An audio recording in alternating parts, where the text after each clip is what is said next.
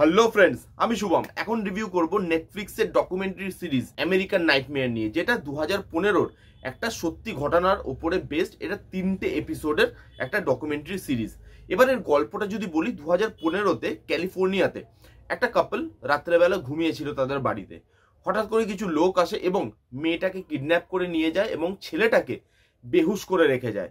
সকালবেলা ছেলেটা ওঠে এবং ছেলেটা ভাবে যে না, আমাকে পুলিশের কাছে যেতে হবে, আমার গার্লফ্রেন্ড কিডন্যাপ হয়ে গেছে। সে পুলিশের কাছে যায় এবং সবকিছু খুলে বলে, কিন্তু পুলিশ তাকেই সন্দেহ করতে থাকে এবং তাকে বলে যে তুমি তোমার গার্লফ্রেন্ডকে মেরেছো এবং আমাদের কাছে এসে একটা ঘটনা সাজিয়ে বলছো। এর ঠিক কিছুদিন বাদেই গার্লফ্রেন্ডটা, মানে যে কিডন্যাপ হয়ে গেছিল, সে ফিরে আসে এবং তারপরে ঘটনা শুরু হয়। কে বা কারা তাকে কিডন্যাপ করেছে, এই কিডন্যাপের ঘটনাটা আদৌ কি সত্যি, ছেলেটা কি এর সাথে কোনোভাবে জড়িত, এরা দুজনে মিলে কি কিছু করেছে নাকি এদের পাস্টে কিছু হয়েছে, এই সব কিছু এই সিরিজে আপনি দেখতে পাবেন। এবার এই গল্পটা শুনে নিশ্চয়ই আপনার একটা মুভির কথা মাথায় আসছে, যেটার নাম গন গার্ল, যেটা খুব ফেমাস হয়েছিল কিছুদিন আগে। এবার এই কেসটাকে সেই জন্য গন গার্ল কেসও বলা হয়। তো এইখানে ওই গন গার্ল মুভিটার রেফারেন্সেস কিন্তু আছে, যখন আপনি সিরিজটা দেখবেন কেন সেটা বুঝতে পারবেন। এবার এই সিরিজটার মধ্যে কিছু পজিটিভ দিক আমার আছে, বেশি কিছু বলার মতো এই সিরিজটা নয়। সেটা কেন, সেটা আমি আস্তে আস্তে আসছি আমার রিভিউতে।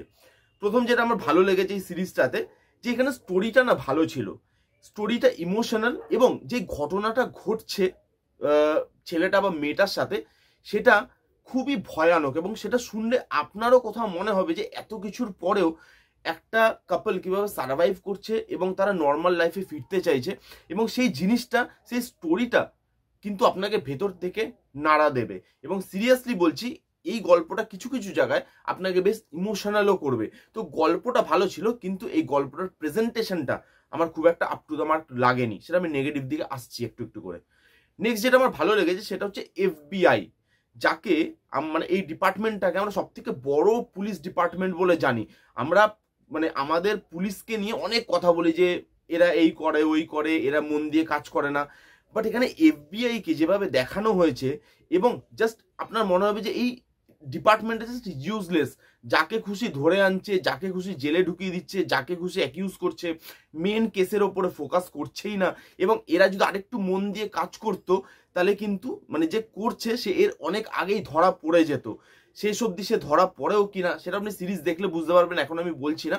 বাট এখানে এফবিআই কে যেভাবে দেখা হয়েছে, কোনোভাবে তাদেরকে গ্লোরিফাই করা হয়নি, কোনোভাবে তাদেরকে ভালো দেখানো হয়নি, এবং সিরিয়াসলি যেটা অ্যাকচুয়ালি ঘটেছে তাদেরকে সেভাবেই দেখানো হয়েছে। এবং তার জন্য কিন্তু গাটস চাই, বিকজ ওই ডিপার্টমেন্টটা খুব হেভি একটা ডিপার্টমেন্ট। আর এবং হলিউডে এরকম একটা জিনিস বানানো, তাদের এগেনস্টে গিয়ে এতে পাওয়ার লাগে, এবং সেটা আমার বেশ ভালো লেগেছে।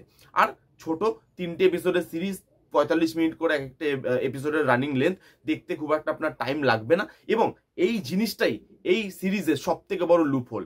এই ঘটনাটা যতটা ভয়ানক এবং শুনতে আমাদের যতটা ভয়ানক আর ইমোশনাল লাগে, ঘটনাটা যখন দেখাচ্ছে না, তখন খুব একটা ভয়ানকভাবে প্রেজেন্ট করা হয়নি। সেই জন্য অ্যাজ অডিয়েন্স আমার সেই কানেকশনটা ফিল করতে কোথাও টাইম লেগেছে, বা কোনো কোনো জায়গায় সেই কানেকশনটা আমার ফিলও হয়নি।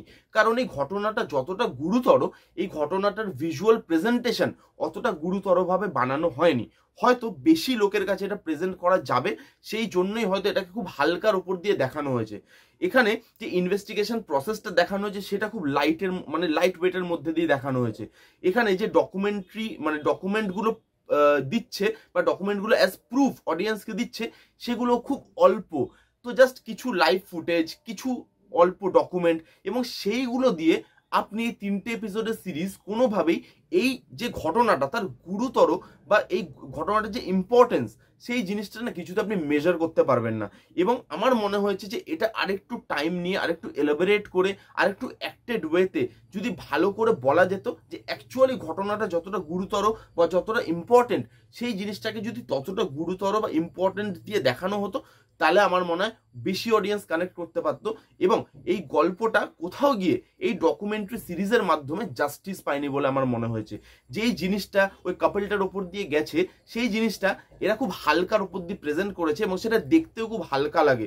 তো সেইখানে অডিয়েন্স হিসাবে আমার এই সিরিজের থেকে অনেক কিছু পাওয়ার ছিল এবং এই গল্পটা যেরকম এই সিরিজটা কিন্তু আপনাকে অনেক ভালো কিছু প্রোভাইড করতে পারতো, বাট প্রেজেন্টেশনের জন্য এবং এই গল্পটা যেভাবে স্টোরি টেলিংটা এগোয় সেইটার জন্য আপনি এই গল্পটার সাথে খুব কম অ্যাটাচ হবেন এবং গল্পটার যে হয় না যে গল্পটার যে মানে গুরুতর ভাবটা আছে বা যেই জিনিসটা মানে এত একটা কি বলবো একটা মানে এত বাজে একটা ঘটনা, সেই জিনিসটাকে এত হালকাভাবে কি করে প্রেজেন্ট করলো আই ডোন্ট নো।